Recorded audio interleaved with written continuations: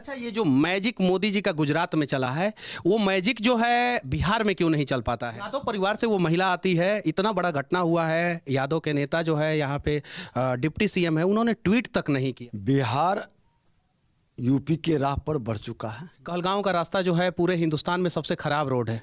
लगभग 30 से 40 किलोमीटर का वो सेक्शन है जो सबसे खराब है। ट्रक वालों से वसूली किया जाता है, जितने भी ट्रक वाले हैं, चाहे वो गिट्टी लेके आए, झारखंड से लेके आते हैं, वो लोगों से वसूली किया। आप ईमानदारी से बोलिए, आपको छोड़ के, आप अक्सर हर जगहों पे दिखते हैं, आप जाते हैं, आपको छोड़ के विपक्ष के कौन से नेता जो हैं हर जगह जो है जनता की समस्याओं को उठाने के लिए मौजूद? कल हम माननीय महामहिम राज्यपाल महोदय के पास भी जा रहे हैं, एक शिष्टमंडल लेकर। राज्यपाल भवन के पास, मुख्यमंत्री सचिवालय के पास, या डक बंगला चौराहा, गांधी मैदान, हर दूसरे दिन लाठीचार्ज होता है। अभी कुछ दिन पहले जो है बीपीएससी वालों पे लाठीचार्ज हुआ है। बीएसएफ के जवान बॉर्डर पे खड़े रहते, फिर भी बांग्लादेशी जो है उस बॉर्डर से घुस कैसे जा रहे हैं? वो बॉर्डर की तो सुरक्षा पुलिस तो करती नहीं है। मुख्यमंत्री की कुर्सी ही बचा लेना इनके लिए बड़ी उपलब्धि होगी। क्या विपक्ष के नेता बीपीएससी के बच्चों का साथ देंगे? गुजरात चुनाव आप लोग जीत गए, हिमाचल प्रदेश में चुनाव क्यों हार गए?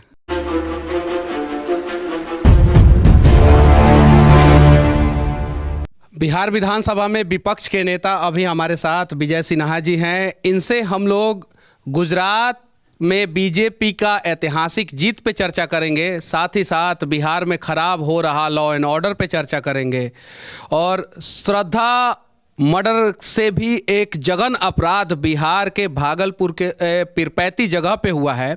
एक 42 साल की नीलम देवी नाम की औरत, जिनके पति का नाम अशोक यादव था, उसकी हत्या हो गई है। तो इन सब चीज़ों पे चर्चा करेंगे। सबसे पहले सच तक न्यूज़ में आपका स्वागत है।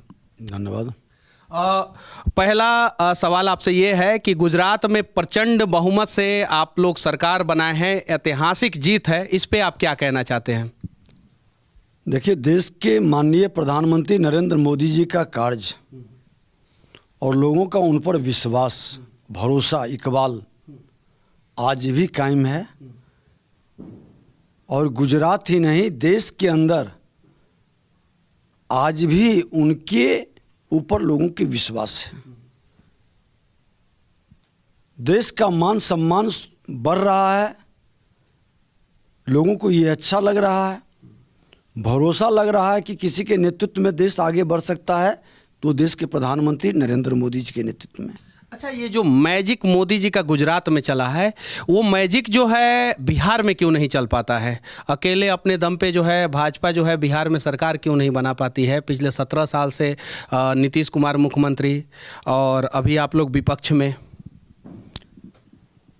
बिहार यूपी के राह पर बढ़ चुका है, और बिहार के अंदर भारतीय जनता पार्टी, आपने देखा कि अपने ही बलबूते आज कुर्नी जीता, गोपालगंज जीता, मोकामा में भी भारी बहुमत प्राप्त किया। मोकामा में तो लेकिन हार हुआ था।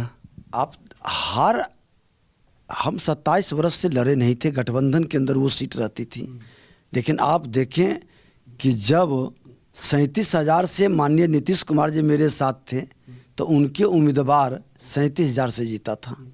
अब 7 दल का गठबंधन था, तो 70,000 से जीतना चाहिए था। पीरपैती में जो घटना हुआ है वो शायद जो है श्रद्धा मर्डर कांड से भी बड़ा घटना है। एक 42 साल की औरत नीलम देवी के प्राइवेट पार्ट्स को भी काट दिया गया, उनके शरीर के ना जाने कितने अंग को काट के जो है एक 45 साल का मोहम्मद शकील नाम का आदमी जो है, और लोग वीडियो बना रहे थे। इस प्रकार के आपराधिक घटना पे आप क्या कहना चाहते हैं? देखिए, बहुत दुखद और दुर्भाग्यपूर्ण घटना है। हमने खुद उस परिवार से जाके मिला है, और ये घटना से एक भय का वातावरण है। ये तुष्टीकरण की राजनीति का सबसे बड़ा उदाहरण है। यादव परिवार से वो महिला आती है, इतना बड़ा घटना हुआ है, यादव के नेता जो है यहाँ पे डिप्टी सीएम है, उन्होंने ट्वीट तक नहीं किया। देखिए, वोट की राजनीति, हमने कहा वोट की राजनीति और तुष्टीकरण के कारण ये जात का उपयोग सिर्फ वोट के लिए करते हैं। लेकिन उसके साथ कोई घटना घटित होता है, जब वो दुखित और पीड़ित होते हैं, तो उनके साथ इनकी कहीं से सहानुभूति नहीं जगती है, संवेदनहीनता साफ झलकती है।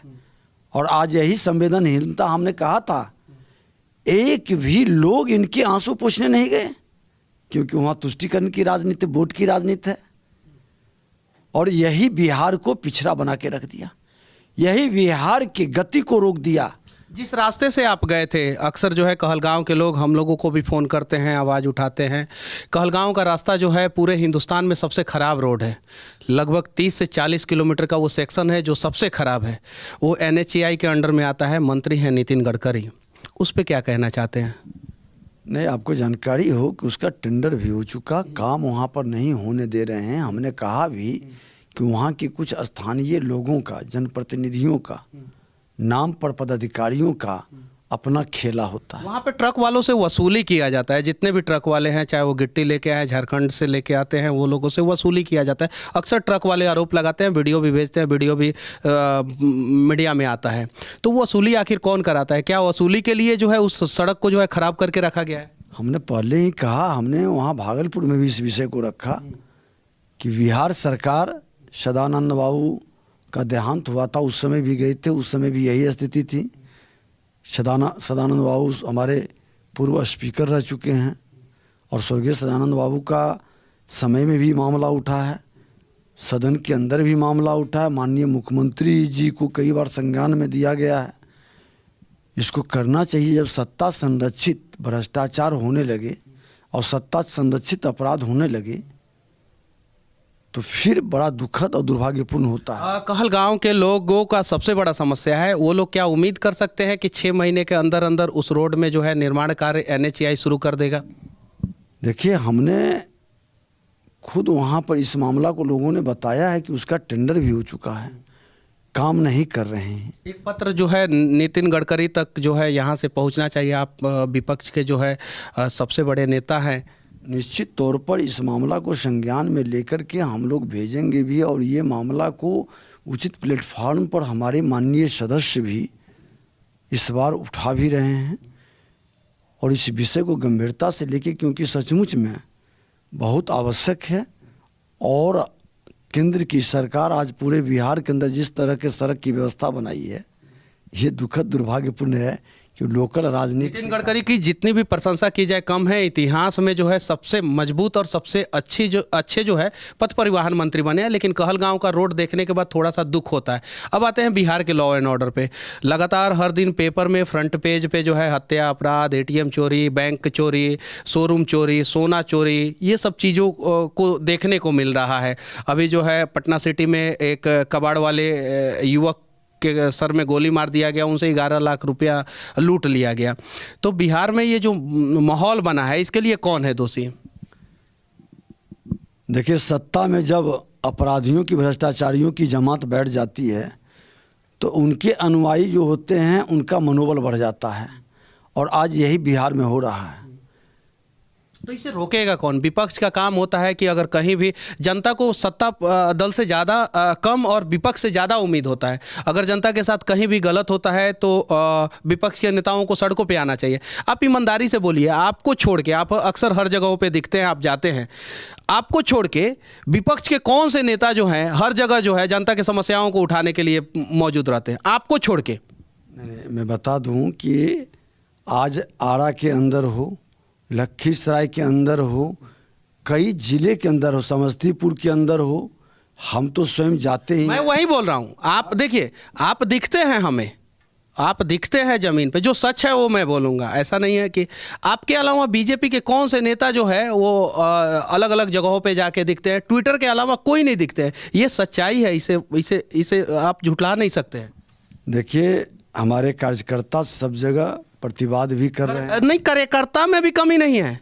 कहीं नहीं तो कहीं जो बीजेपी के और भी नेता हैं वो लोग जो है उतना जनता की समस्याओं को नहीं उठा रहे हैं जितना अकेले आप उठा रहे हैं। अगर सब उठाएं तो शायद जो है कुछ अपराध पे लगाम लग जाए।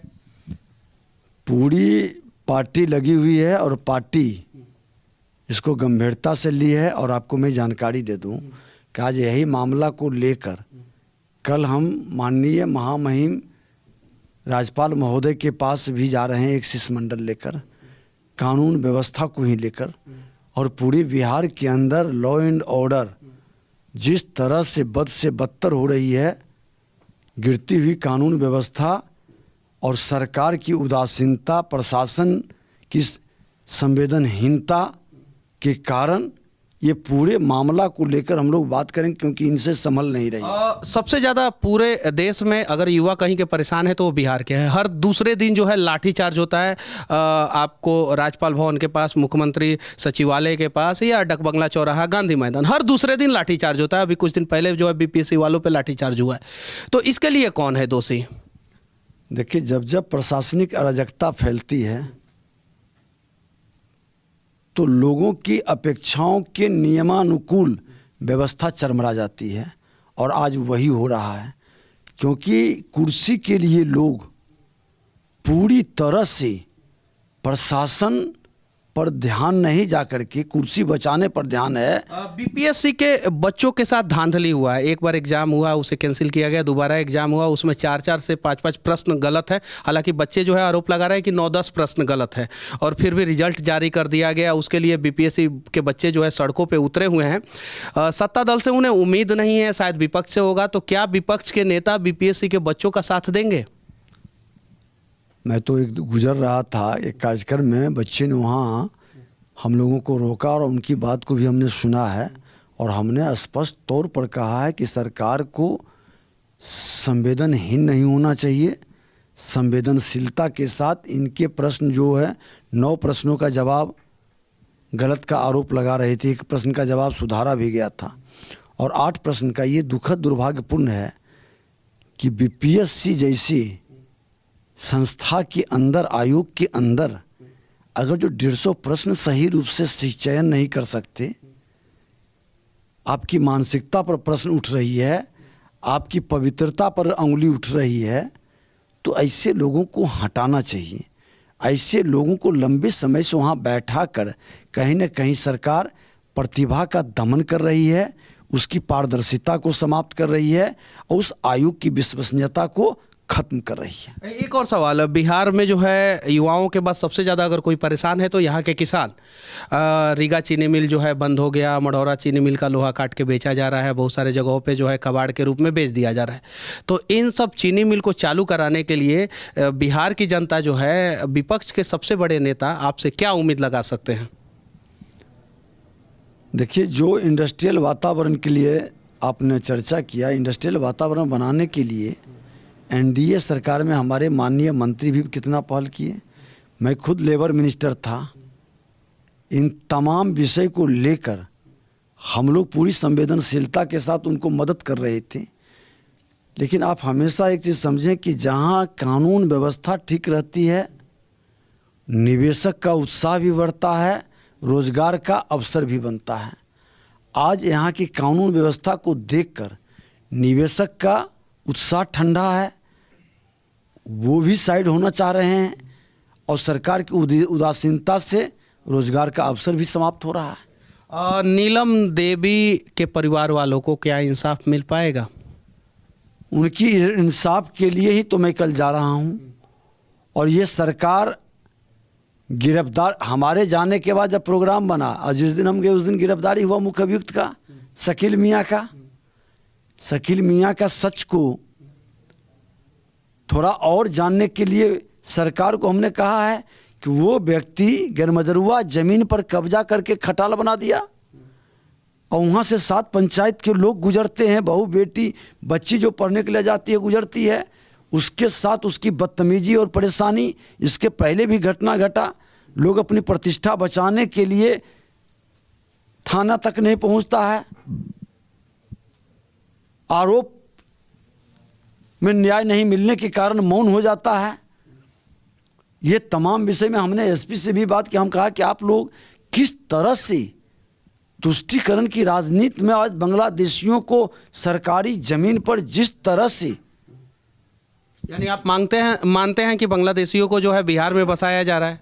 निश्चित तौर पर सरकार की अप्रत्यक्ष सहानुभूति है। एक और कड़वा सवाल एक बड़े पद पर बैठे पदाधिकारियों का सुनियोजित ये खेल है। एक और कड़वा सवाल, बांग्लादेश बॉर्डर पे हमारे बीएसएफ के जवान खड़े रहते हैं। बीएसएफ जो है गृह मंत्रालय के अंदर आता है, तो जब बीएसएफ के जवान बॉर्डर पे खड़े रहते हैं, फिर भी बांग्लादेशी जो है उस बॉर्डर से घुस कैसे जा रहे हैं? वो बॉर्डर की तो सुरक्षा पुलिस तो करती नहीं है। आप एक चीज़ बता दें कि आज बंगाल के अंदर और बिहार के अंदर बिहार के सीमांचल, बिहार के सीमांचल के अंदर जिस तरह का वातावरण है, जिस तरह का माहौल है, जब से देश के प्रधानमंत्री नरेंद्र मोदी जी आए हैं तब से टाइट किए हैं। उसके पहले कितने लोग घुसे हैं, और जो लोग घुसे हैं धीरे धीरे यहाँ की नागरिकता प्राप्त करने के लिए कितना खेल बेल कर रहे हैं, और सरकार, सत्ता, शासन, प्रशासन में बैठे लोग इनको किस तरह से नागरिकता का स्वरूप देने में लगे हैं। अच्छा, गुजरात चुनाव तो मैं आपको जानकारी दे दें और सुन लीजिए कि मैं लेबर मिनिस्टर था तो लेबर कार्ड बनाने में मैंने रोक दिया था कि आप पूरी तहकीकात करिए, उनके परिवार के, उनके लोगों की पहले से पूरी जानकारी प्राप्त कीजिए। गुजरात चुनाव आप लोग जीत गए, हिमाचल प्रदेश में चुनाव क्यों हार गए? हिमाचल प्रदेश का देखिए, कुछ प्रदेश का, छोटे स्टेट का एक नेचर भी होता है, एक बार सत्ता एक बार विपक्ष, ये पलटते रहता है। और हर बार आप देखते हैं, फिर भी पिछले बार बहुत लोगों की सफाया हो गई, हम लगभग में बराबर आ जाते हैं, सीट कुछ कम हो जाती है लेकिन सफाया नहीं होता है। वो सफाया का युग चला गया है। आप हिमाचल में देखें कि सरकार पलटते रही है, दोबारा वहाँ का नेचर रहा कि नहीं लौट पाती है। इस बार हम लोग लौटते लौटते ठहर गए। अच्छा, अब बिहार का विकास कैसे होगा? बिहार से पलायन कैसे रुकेगा? बिहार के युवाओं को बिहार में रोजगार कैसे मिलेगा? बिहार के लोगों को बिहार में स्वास्थ्य सुविधा का व्यवस्था अच्छे ढंग से कैसे मिलेगा? देखिए, जब तक हम जातीय जहर के लहर से लोगों को प्रभावित करेंगे, शैक्षणिक वातावरण को हम सशक्त और मजबूत नहीं करके खाना पूर्ति करेंगे, आज शिक्षा हो, स्वास्थ्य हो, सिंचाई हो, सड़क हो, सुरक्षा हो, ये तमाम विषय पर संवेदनशीलता दिखाई पड़नी चाहिए। और ये विषय को पहले से ही हम लोग जब सरकार में थे उस समय भी गंभीरता से ले रहे थे। हम लोग बार बार सरकार को सतर्क सावधान करते थे। कुछ वातावरण बना भी था, बनने का अवसर आज 2005 में एनडीए सरकार बिहार के अंदर आई। 2005 से 10 के अंदर आप देखिए, सुरक्षा के मामले में, शिक्षा के मामले में, स्वास्थ्य के मामले में कितना बड़ा परिवर्तन हुआ था। जब रास्ता पर पटरी पर गाड़ी आई तो डिलेल कौन कर दिया। फिर 2010 के बाद 2/3 बहुमत आई, इनके मन में अहंकार आ गया कि मैं अपने बलबूते ही सरकार क्यों नहीं बना। इनके मन में, यानी कहने का मतलब है कि ये प्रधानमंत्री बन सकते हैं, प्रधानमंत्री के उम्मीदवार हैं क्या ये? यही तो कह रहा हूँ कि ये सपना जग गया, और उस सपना के परिणाम 2013 में फिर सरकार आरजेडी के साथ, जिसके विरुद्ध लड़के आए थे, जब पटरी को पर गाड़ी को लाए थे और सुधारने लगे तो फिर बेपटरी कर दिए। इनकी अहंकार के कारण, इनके स्वार्थ के कारण, बड़े भाई छोटे भाई दोनों मिली भगत के कारण बिहार को बेपट्टी कर दिया। अच्छा, 2024 में क्या नरेंद्र मोदी जी को एज अ प्रधानमंत्री कैंडिडेट नीतीश कुमार टक्कर दे पाएंगे? मुख्यमंत्री की कुर्सी ही बचा लेना इनके लिए बड़ी उपलब्धि होगी। हमको लगता है 24 तक इनकी कुर्सी बचेगी ही नहीं। प्रधानमंत्री का सपना तो बहुत दूर का है, और सपना कभी अपना नहीं होता है। जिसने भी सपना दिखाया है उनको ये मुख्यमंत्री की कुर्सी भी छीनने की तैयारी में लग गया है। इनको आश्रम भेजने का कई बार सलाह भी दे चुका है। चलिए, ये विजय सिन्हा जी हैं जो बिहार बीजेपी के विपक्ष के नेता हैं, और इनके बारे में आप लोग क्या सोचते हैं? बिहार के विकास के बारे में आप लोग क्या सोचते हैं? इन सब चीज़ों पे आप लोग अपना राय जरूर रखना। साथ ही साथ पिपरपैती में जो घटना हुआ है उसके लिए भी आप लोग आवाज़ जरूर उठाना। जय हिंद।